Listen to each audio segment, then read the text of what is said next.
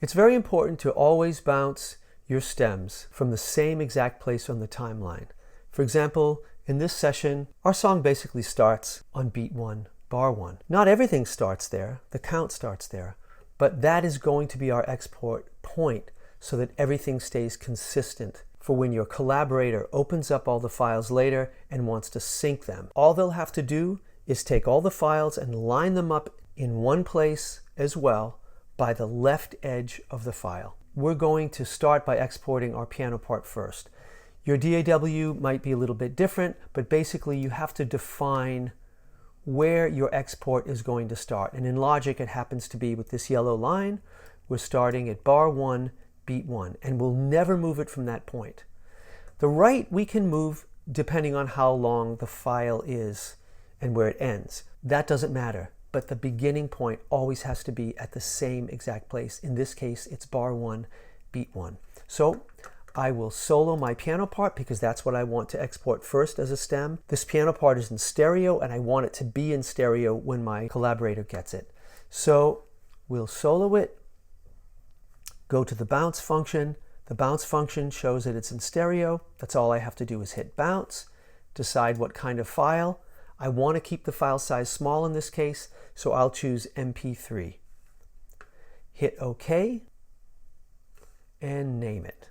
In this case, it looks like I named it earlier, piano, and I'll put ST just to denote that it's a stereo file.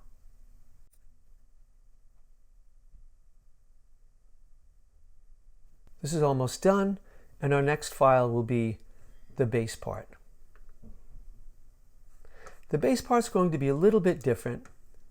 We'll solo it because the sample is a stereo sample, but we really only need a mono file. A bass does not need to be in stereo, it should be in mono. So we're just going to do a little workaround. It may be different on your DAW, but in Logic, all we need to do is separate this stereo output into 2 mono parts. And now that it's soloed, that's all we have to do is hit one of these outputs and name the file. MP3 again, OK, and let's call it bass, and we can put a little M next to it for mono if we want, don't have to. Now we left the definition of the export in the same place. It starts at bar 1, beat 1, and it ends around the same place, so I left the right side of the defining marker where it was. I didn't need to move it. Okay, I'm going to put this back to stereo again, because now I want to make another stem of the string parts. So I want all these string parts to be on a stereo file. Right now they each have their own mono file. We don't need to send our collaborator all those files just for a reference track. So we're going to solo all these files, make sure they are panned the way we want them to be. This is how I set them up earlier. It's all set. Now, these strings don't start till bar 10, but we still need to start our export at bar 1 because everything needs to start at the same place and they will end roughly where everything else does, but maybe a little bit earlier. We didn't really have to move it, but I did anyway. And now we want the stereo file. We'll leave this set to stereo. Your DAW might be a little bit different, but here we go. Hit the bounce again. We're going to choose MP3 again. It's all going to be consistent. And we hit OK. Strings. And I put ST for stereo. As this bounces, I would like to say that we would do the same thing for the rest of the tracks. I have a MIDI drum part here that I maybe wouldn't bother to bounce, but then I have a loop below it, which is right here, loop 8.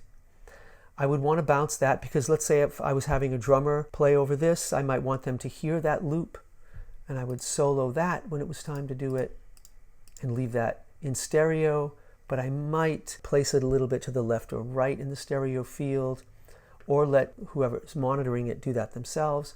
And then I would go ahead and output my drum parts. Since they're not the final drum parts, I wouldn't output all 3 tracks separately. I would just make a stereo file of those as well, and I would look at my panning to make sure that my kick was straight up the middle, the snare is straight up at the middle, and the overheads, the left and right on the drums, are spread out left and right, hard left and right, so they have an open sound to them.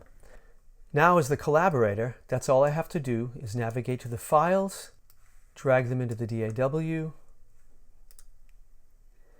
and all of the tracks start at the same place on the left, and they're assured to start at the same time, and all the tracks should be in sync. Even if they got mixed up, that's all we would have to do is just go to any place on the timeline,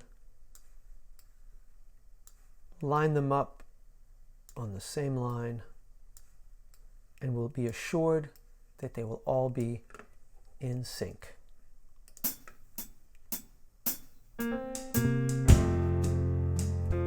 There they are. And look at this string part down here. It's way in the middle of the song. It's still in sync.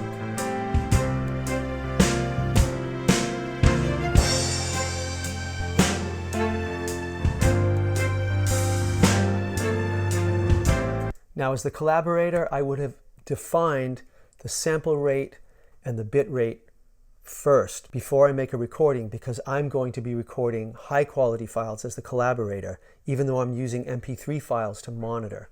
So that would be set first, and then all the new files would be high quality, and then they would be sent back to the originator of the session.